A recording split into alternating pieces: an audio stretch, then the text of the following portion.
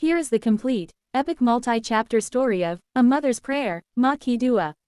This long-form narrative spans generations, testing the bounds of faith, hardship, and the unbreakable spiritual shield of a mother's love. A Mother's Prayer, Ma Ki Dua. An epic tale of sacrifice, destiny, and the silent power of love. Chapter 1. The Whispers of the Dawn. The village of Roshanpur was nestled in a valley where the mountains seemed to lean down and whisper secrets to the earth. It was a place of simple people, vast green fields, and ancient banyan trees that had witnessed the rise and fall of generations. In this village lived Ameenah, a woman whose life was a testament to quiet resilience. Ameenah was a widow. Her husband had passed away when their only son, Zain, was merely an infant. Left with nothing but a small mud brick house and a patch of arid land, Ameenah's entire universe contracted into the fragile existence of her child. Every morning, long before the sun painted the eastern sky with hues of amber and violet, Ameenah would wake up. The world would be dead silent, save for the distant crowing of a rooster and the cool wind rustling through the wheat fields. She would perform her ablutions, lay out her worn prayer mat, and raise her trembling hands toward the heavens. Her prayers were never for wealth, nor were they for fame. They were always for Zain. Greater than, O Creator of the hearts, she would whisper, tears tracing familiar paths down her weathered cheeks. Protect my boy. Guide his steps when the world grows dark. Let my sacrifices be the soil from which his success grows. Turn the thorns in his path into silk, and let the shadow of my prayers shield him wherever he wanders. Greater than, Zain grew up under the heavy, beautiful canopy of these prayers. He was a bright boy, possessing eyes that held the curiosity of a philosopher and a heart that was initially tender. He watched his mother toil in the fields of the local landlords, her hands cracking under the harshness of the sun, her spine bending lower with each passing year. She would skip meals, claiming she wasn't hungry, just so Zain could have a full bowl of lentils and rice. Ami, Zain said one evening as they sat by the flickering light of a kerosene lamp. Why do you work so hard? When I grow up, I will buy you a palace. You will never have to touch the dirt again. Ameenah smiled, a gentle, radiant expression that hid the deep aches in her bones. She placed her rough hand on his forehead. I do not need a palace, my son. I only need you to be a man of character. I need you to remember that honesty is the greatest wealth. The prayers I send to the heavens for you are my true investment. They will protect you when I am no longer here. As Zain entered his teenage years, his academic brilliance became the talk of the village. He excelled in the local school, absorbing knowledge like a parched land absorbing rain. His teacher, Master Ibrahim, recognized his potential early on. Ameenah Bai, Master Ibrahim said, stopping by their small gate one afternoon. Zain is a bird meant for a higher sky. He cannot stay in Roshanpur forever. He must go to the city. He has the potential to pass the great competitive exams, to become a high-ranking officer. But it will cost money. Ameenah's heart tightened. The thought of sending her only reason for living away to the chaotic, distant city of Lahore filled her with a profound dread. Yet, a mother's love is inherently sacrificial. She looked at Zain, who was reading a book under the shade of the neem tree, his eyes alight with a hunger for a world he had never seen. If his destiny lies in the city, Master Sahib, Ameenah replied softly, then the heavens will provide the means. I will sell the land. I will sell my silver bangles, the last memory of his father. My son will not stay in the dark. The next few months were a blur of exhausting labor and heartbreaking departures. Ameenah sold the small patch of land that provided their sustenance. She sold her wedding bangles without a single tear in front of her son. When the day of Zain's departure finally arrived, the entire village gathered at the dusty bus stop. Zain carried a single battered suitcase containing a few pairs of clothes and his textbooks. Ameenah stood before him, her stature small, but her presence monumental. She did not cry. Instead, she placed her hand over his heart. Zain, she said, her voice steady but deeply emotional. The city is a place of bright lights, but those lights can blind you to the stars. Never forget who you are. Never forget the Creator who gave you life. And remember, no matter how far you go, my prayers are walking right beside you. Zain leaned down and touched her feet, a gesture of ultimate reverence. Ami, I will make you proud. I swear it. As the ancient, colorful bus roared to life, coughing clouds of black smoke, Zain took his seat by the window. As the vehicle pulled away, he looked back. His mother was standing by the roadside, her hands already raised in prayer, her lips moving silently, sending her love across the widening distance. Chapter 2. The Neon Labyrinth. Lahore was a monstrous contrast to the serene fields of Roshanpur. It was a labyrinth of roaring engines, towering concrete structures, neon signs that flashed throughout the night, and a sea of unfamiliar faces rushing with frantic urgency. For 19-year-old Zain, the city was both exhilarating and terrifying. He gained admission into a prestigious college, living in a cramped, damp hostel room that he shared with 3 other students. The money his mother had given him was meager, stretched to its absolute limit. To survive, Zain took up evening tuitions, teaching math to wealthy, unruly city kids who looked down on his simple village attire and provincial accent. In the initial months, Zain remained anchored to his roots. Every Saturday evening, he would walk to a local public calling office (PCO) to call the village shopkeeper's phone, waiting anxiously until someone fetched his mother. Hearing Amina's voice across the static line was like a cool balm on his exhausted soul. "Are you eating well, my son?" she would invariably ask. "Do not worry about the money. Just focus on your studies. I am praying for you in every breath." "I am fine, Ami," Zain would reply, swallowing the lump in his throat. "I am working hard." However, the city is a slow, insidious crucible. As the semesters passed, Zain began to change. He grew tired of being the village boy who wore faded shirts and carried a cheap plastic pen.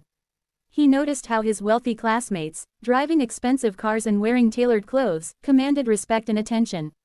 He saw how the system operated, not always through merit, but through power, influence, and wealth.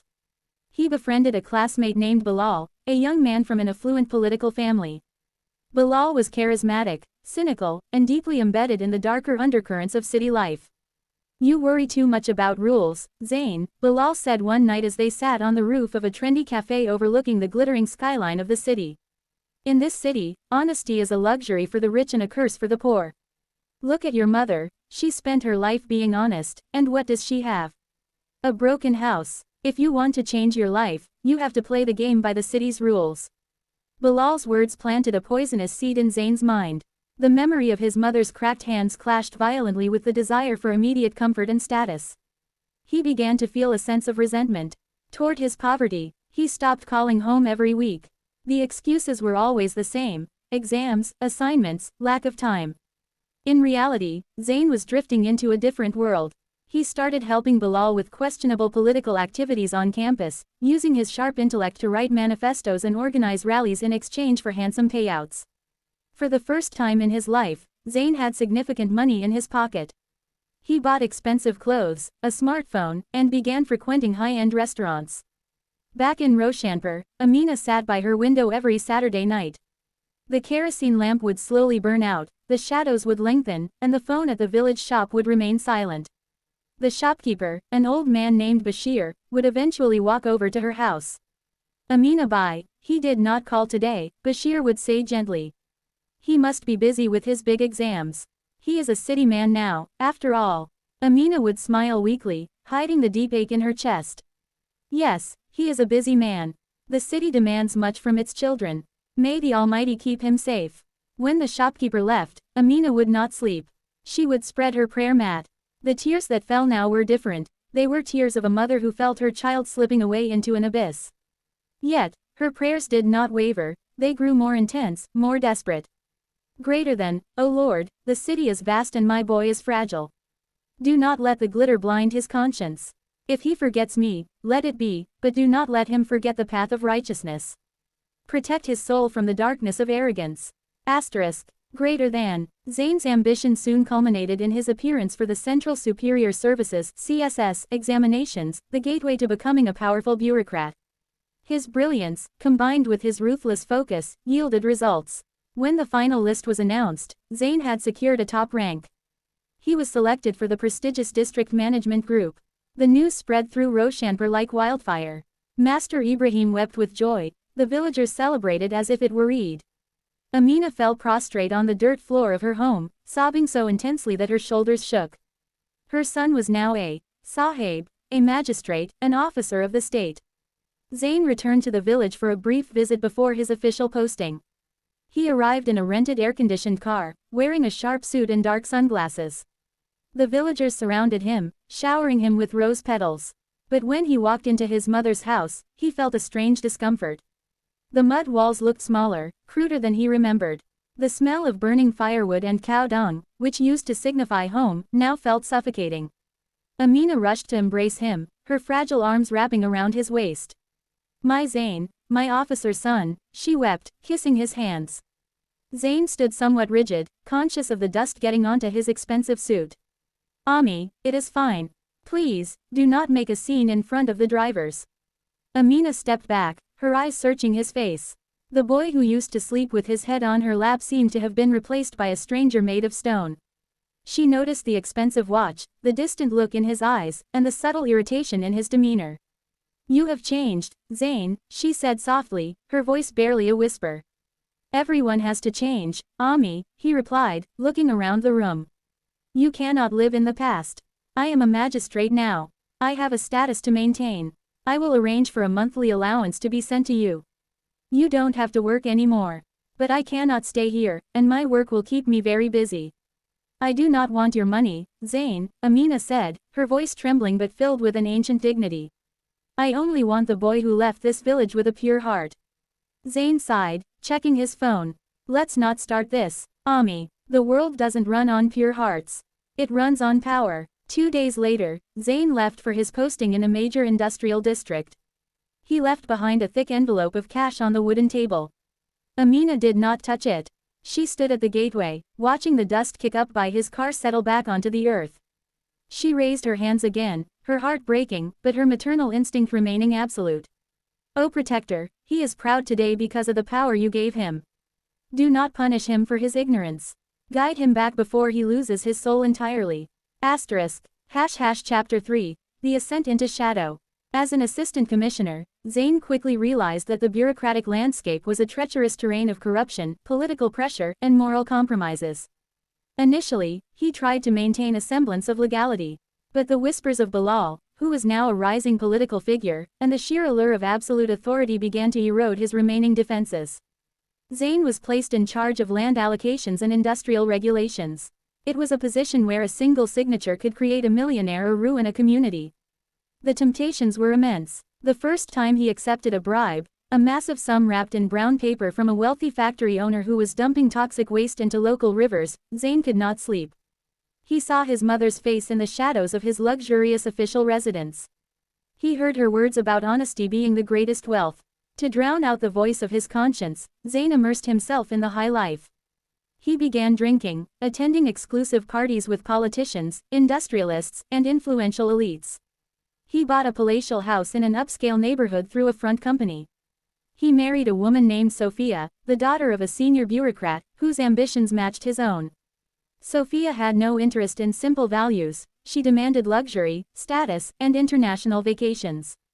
When Zain told Sophia about his mother in the village, she scoffed. "Zain, you cannot bring a village woman into this house. She wouldn't fit in. Our social circle is highly sophisticated. Send her money, ensure she has a servant, but let her live where she is comfortable." Zain agreed. It was convenient for him to keep his past buried. He completely stopped visiting Roshanpur.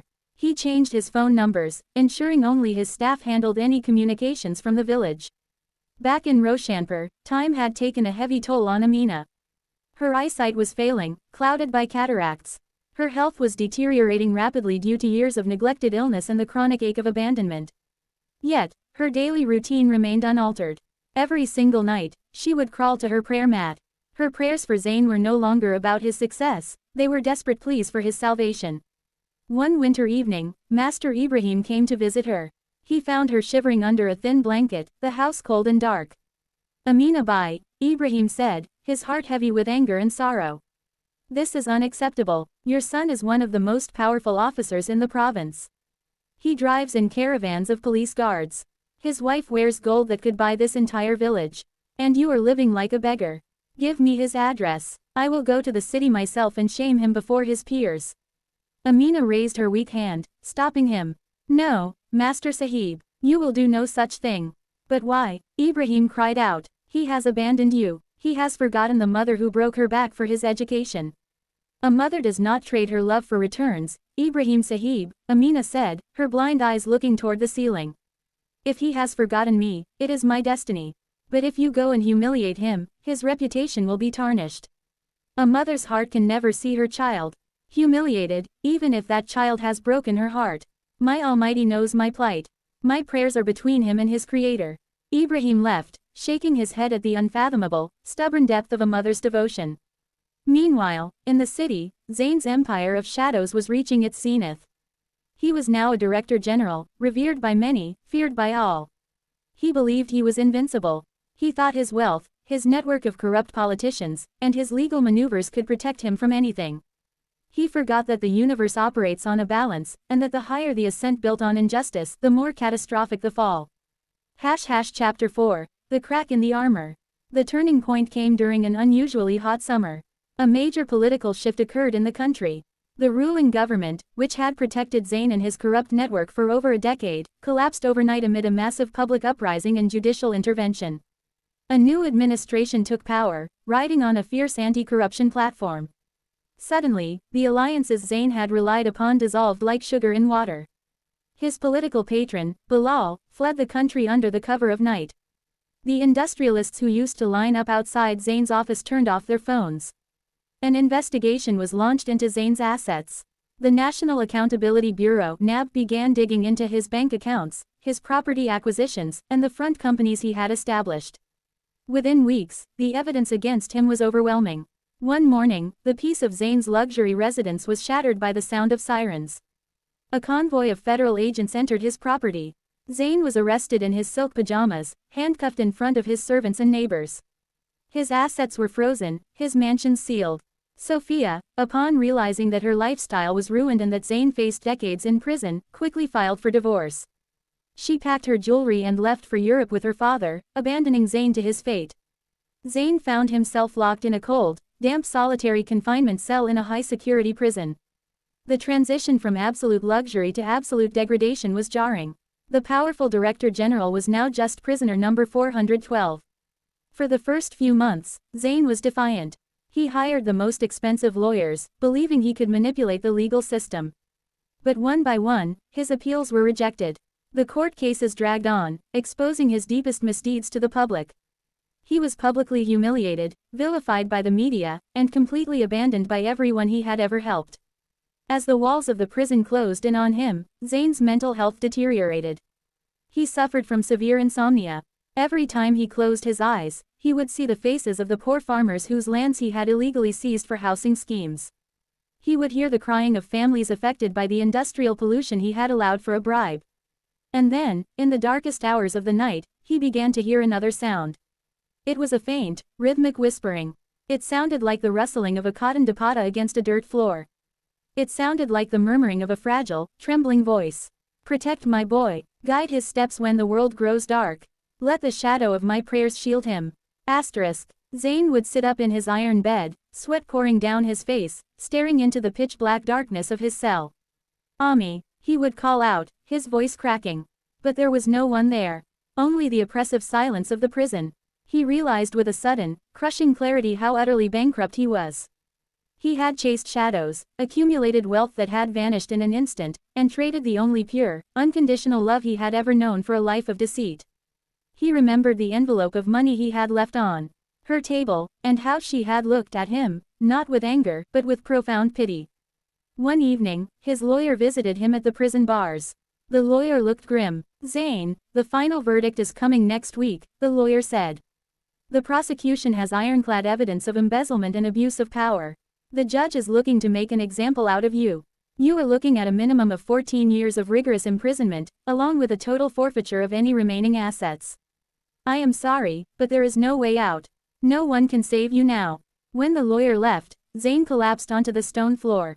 He wept. For the first time in over 15 years, he shed genuine tears, not tears of anger or frustration, but tears of deep, agonizing repentance. He dragged himself to his knees, mimicking the posture he had seen his mother take thousands of times. He raised his hands, hands that had signed corrupt deals and accepted illicit wealth, and cried out to the heavens. O Creator of my mother's heart! Zain sobbed, his chest heaving. I have sinned, I have been arrogant, blind, and cruel. I do not deserve mercy. I do not ask for my freedom or my wealth. But I beg of you, do not let my mother die in sorrow because of my sins. Forgive me, if not for my sake, then for the sake of the saint who spent her life praying for a monster like me. He wept until his throat was dry and he fell into an exhausted, dreamless sleep on the cold floor. Chapter 5. The Final Intercession. Far away in the village of Roshanpur, the night was exceptionally cold. Ameenah lay on her bed, her breathing shallow and labored. The village doctor had visited earlier and told the neighbors that her organs were failing. It is a matter of hours, he had whispered. Her body is simply worn out. Several village women sat around her bed, reciting holy verses. Master Ibrahim stood near the door, his eyes moist. Ameenah suddenly opened her eyes.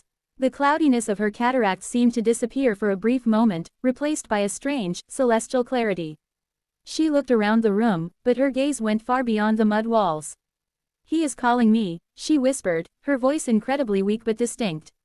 Who, Ameenah Bai? A neighbor asked, leaning down. My Zain, she said, a beautiful, peaceful smile spreading across her lips. He is in trouble. The dark clouds have surrounded him. But he has remembered his Creator. His heart has broken, and when a heart breaks, the distance between the servant and the Almighty vanishes. With a monumental effort, Ameenah gathered the last remaining strength in her fragile body. She refused to die lying down.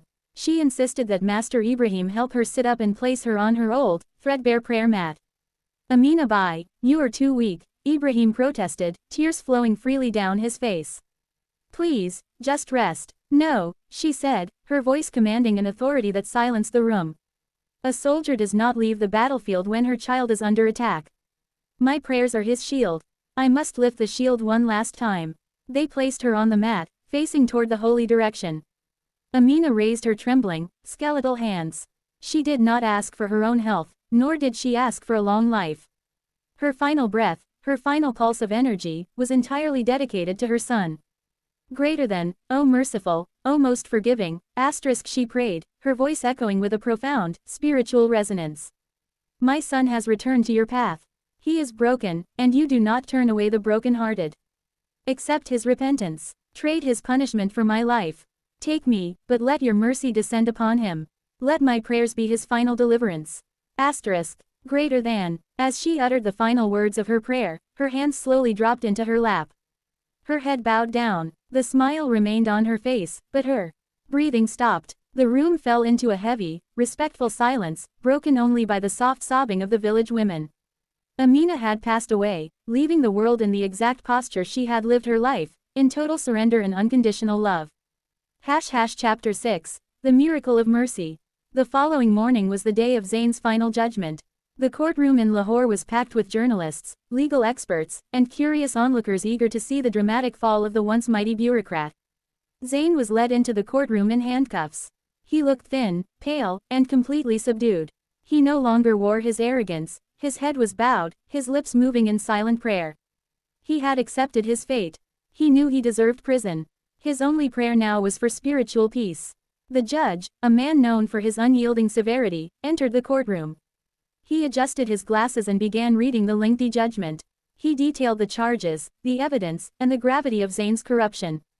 The court finds the defendant guilty on multiple counts of financial corruption, abuse of authority, and illegal asset accumulation, the judge announced. The courtroom held its breath, expecting the maximum sentence.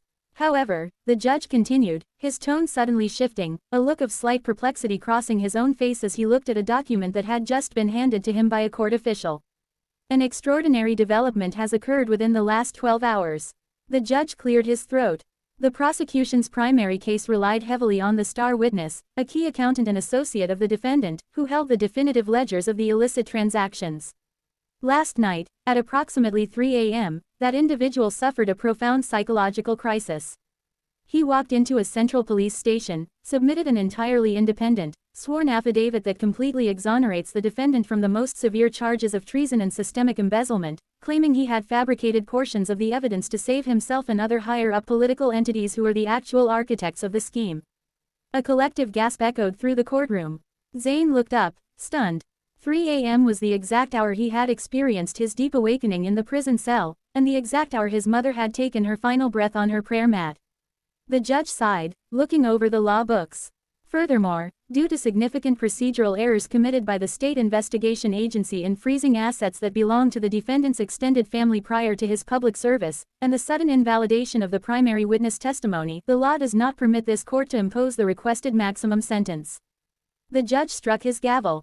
Therefore, this court sentences Zain Niazi to a period of 2 years of simple imprisonment, with credit given for the time already served. Most of his personal luxury assets will remain confiscated by the state to pay restitution, but he is cleared of the catastrophic charges of state-level conspiracy and is granted immediate eligibility for bail on medical and humanitarian grounds, effective today. The courtroom erupted into commotion. His lawyers rushed to congratulate him, calling it a legal miracle, an unprecedented turn of events in the history of the accountability courts. But Zain did not celebrate. He stood frozen in the witness box. He knew this was not a legal miracle. He knew his lawyers had not saved him. The justice system had not saved him. He knew, with absolute certainty, that his mother's prayers had just shattered the chains of his destiny. Chapter 7. The Journey Back to the Soil. Within hours, the legal formalities were completed, and Zain walked out of the prison gates a free man. He possessed nothing but the simple clothes he wore in a small plastic bag containing his personal effects. The vast wealth, the luxury cars, the elite social status, all of it had been stripped away. Yet, as he stepped into the afternoon sun, he felt lighter than he had in decades. His soul was free. Before he could even process his freedom, a rusty old car pulled up by the curb. The door opened, and Master Ibrahim stepped out. His eyes were red, his face lined with grief. Zain's heart sank into an icy abyss. He didn't need Ibrahim to speak a single word. He knew. Ami, Zain whispered, his voice trembling. Ibrahim looked at him, his expression a mix of sorrow and a strange, profound reverence. She left last night, Zain. At the very hour your destiny turned. She spent her last breath on her prayer mat, begging the Almighty to trade her life for your salvation. Come home. Your mother is waiting for her son to lay her to rest. The journey back to Roshanpur was a silent, agonizing pilgrimage for Zain. The city lights faded behind them, replaced once again by the vast, quiet fields and the dark silhouettes of the mountains. Every mile they traveled felt like a journey back through time, tearing away the layers of corruption and pride that Zain had built around himself. When the car finally entered Roshanpur, the sun was setting, casting a warm, golden glow over the village, the very lighting Zain had often seen in his dreams. The car stopped outside the familiar small mud brick house. The courtyard was filled with villagers. When they saw Zain step out of the car, looking broken, simple, and devastated, the anger they held toward his years of neglect melted away. They saw a grieving child, not a powerful magistrate. Zain walked into the small room. There, on a simple wooden cot, covered in a pristine white shroud, lay Amina. Her face was uncovered. She looked incredibly peaceful, her lips still holding the faint, beautiful smile she had died with. The deep lines of sorrow and exhaustion that had marked her life seemed to have been smoothed out by a divine hand. Zain fell to his knees beside the cot. He buried his face in her feet, weeping with a violence that shook his entire frame. Ami, I am sorry. Please forgive me, he screamed, his voice tearing through the quiet room. I was blind. I was a fool. I threw away the treasure of your love for stones. Please look at me once. Tell me you forgive me. Master Ibrahim placed a hand on Zain's trembling shoulder. Zain, she did not die with anger in her heart. She died with love. She told us that you had returned to the path of righteousness. She knew your heart had changed before any court could announce it. Her prayers were answered. Do not let her sacrifices go to waste by falling into despair.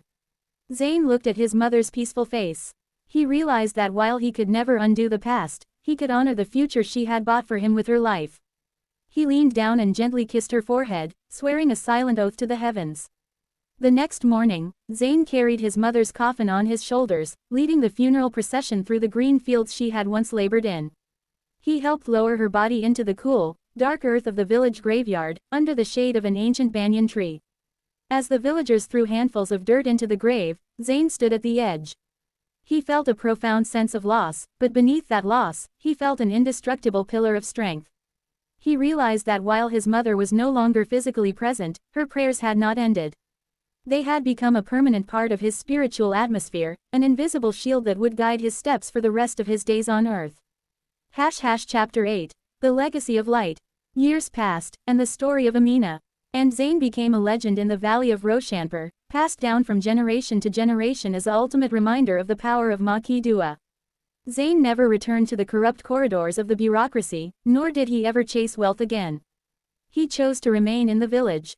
He used his remaining legal knowledge and intellect to build a free legal aid clinic and an educational trust for the poor children of the valley, naming it the Ameenah Foundation. He lived a simple life, residing in the same mud brick house, which he maintained with care. He became a father figure to the orphaned children of the village, teaching them that true success lies not in power, but in service, character, and the blessings of one's parents. Every evening, as the sun dipped below the mountains and the warm golden light bathed the valley, Zain would walk to the village graveyard. He would sit by his mother's grave, which was now covered in wild jasmine flowers that filled the air with a sweet fragrance. He would lay his hand on the cool earth, close his eyes, and listen. He no longer felt the pain of prison, nor the guilt of his past sins. In the gentle rustling of the leaves and the whispering of the wind through the valley, he could always hear that timeless, sacred melody, the eternal echo of a mother's prayer, walking beside him, guarding his soul until the end of time. Conclusion. The Living Shield. The story of Zain and Ameenah is a profound reminder that in the grand tapestry of human existence, there is no force more powerful, more resilient, or more sacred than the prayer of a mother. It is a shield that can turn the tide of destiny, shatter the walls of adversity, and pull a soul back from the deepest precipice of darkness. Wealth may vanish, power may crumble, and friends may abandon us, but the dua of a mother remains an eternal investment, a divine currency that never loses its value.